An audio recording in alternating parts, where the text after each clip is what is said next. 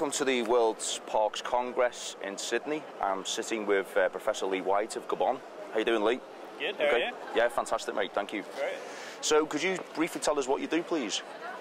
I'm Lee White. I run Gabon's National Park Service. So, my job is creating a park service in Gabon, protecting the 13 national parks that we have, and in the parks where we don't have poaching pressure, developing tourism and creating jobs for the Gabonese people.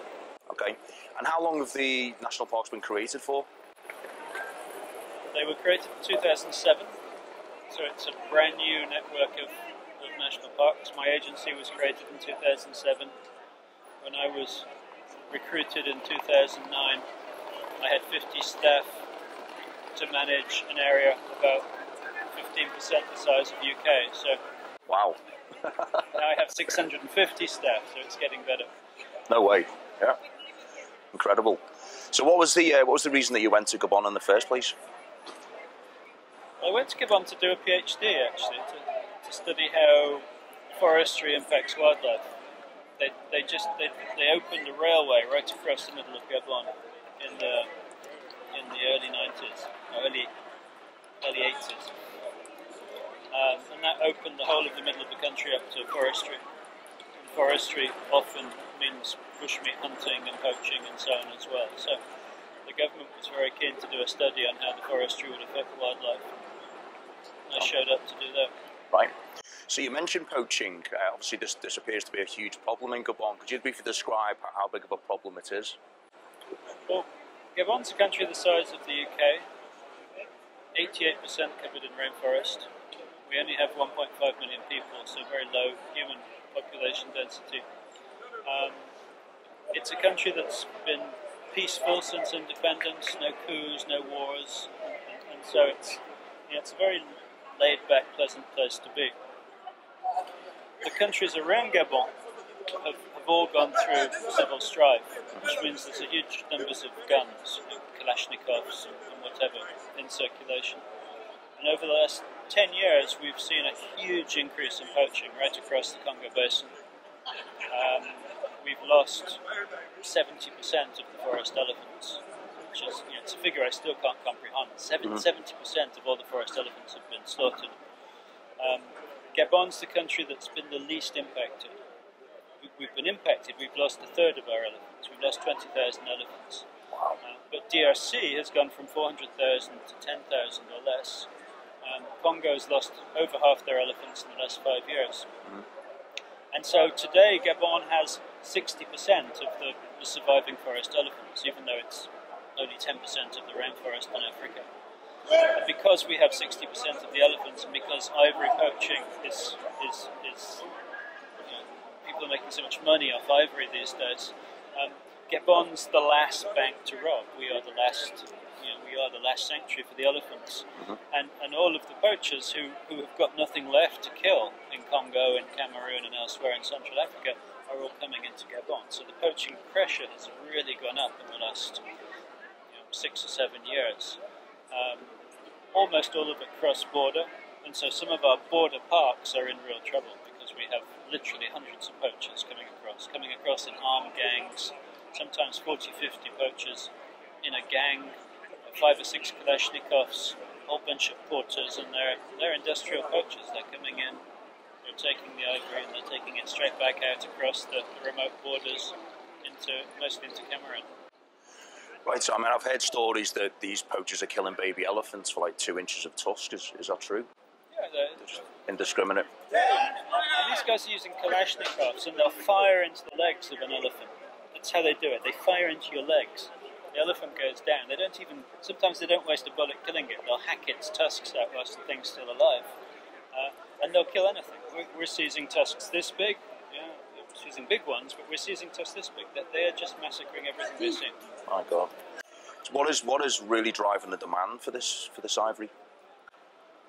Black market price in China is $2,000 a kilo. So the mafia, crime syndicates, can buy ivory for anywhere between $20 and $100 in Africa a kilo and sell it for $2,000 a kilo. So it's as profitable for crime syndicates as drugs or human trafficking.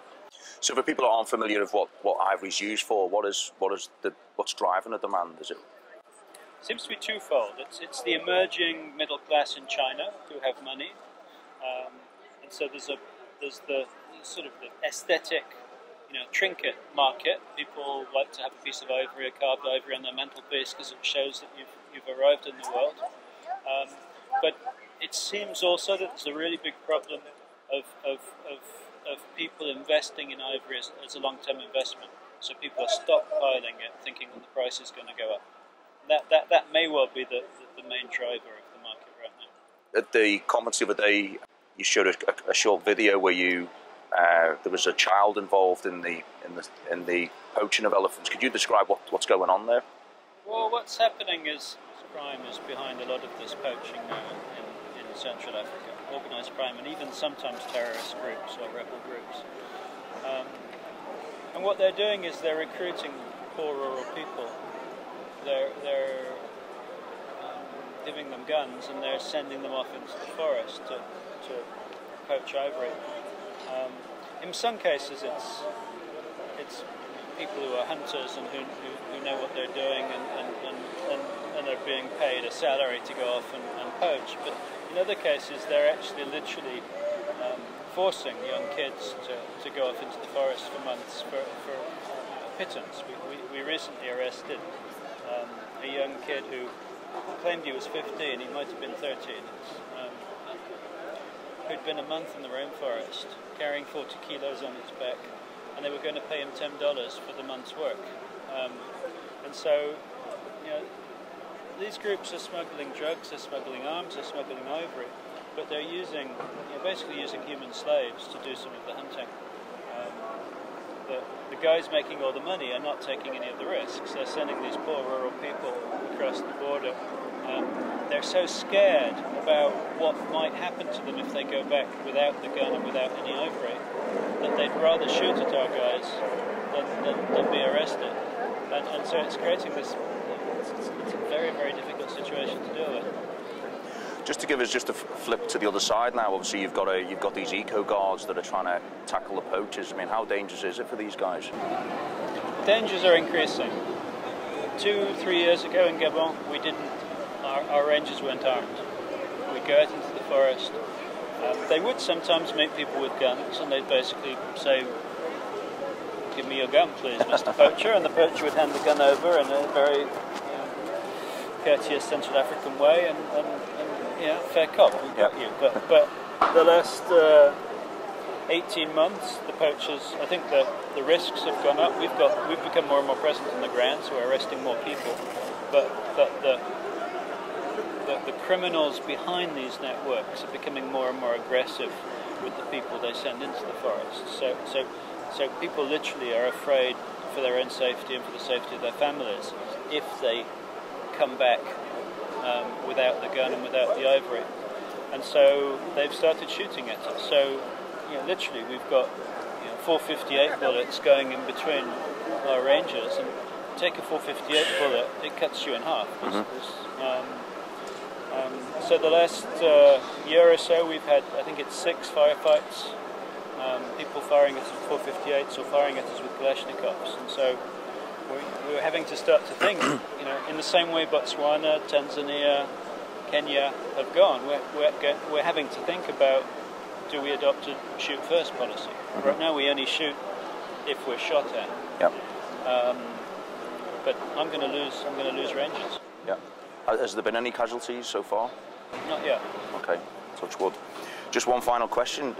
What would be your biggest bit of advice, to the Chinese government and Chinese consumers? I think the Chinese government request, maybe? The Chinese government could engage more. I think they are doing. They're starting to understand the severity of this problem. We've been working with the Chinese ambassador in Libreville to educate him and to request that the government really engages to support these efforts to fight the criminal networks. To the Chinese people, many people don't understand that to get that ivory trinket, you have to slaughter an elephant, hack the tusk out of its skull, and that their desire for the commodity is destroying the economic and the social fabric of Africa. Tanzania lost 60,000 elephants in the last 3 years. Most of that ivory is going to China. It's going to destroy the tourism industry in Tanzania. Mm-hmm. And so thousands, hundreds of thousands, millions of people in Tanzania are going to lose their livelihood because of this poaching. And the poachers who kill the elephants are also smuggling children, they're smuggling drugs, they're smuggling arms. So by buying ivory, you're contributing to that. So please, don't buy ivory. Okay, Lee, well, thank you so much for your time, and it was great to speak to you. Good to see you. Cheers.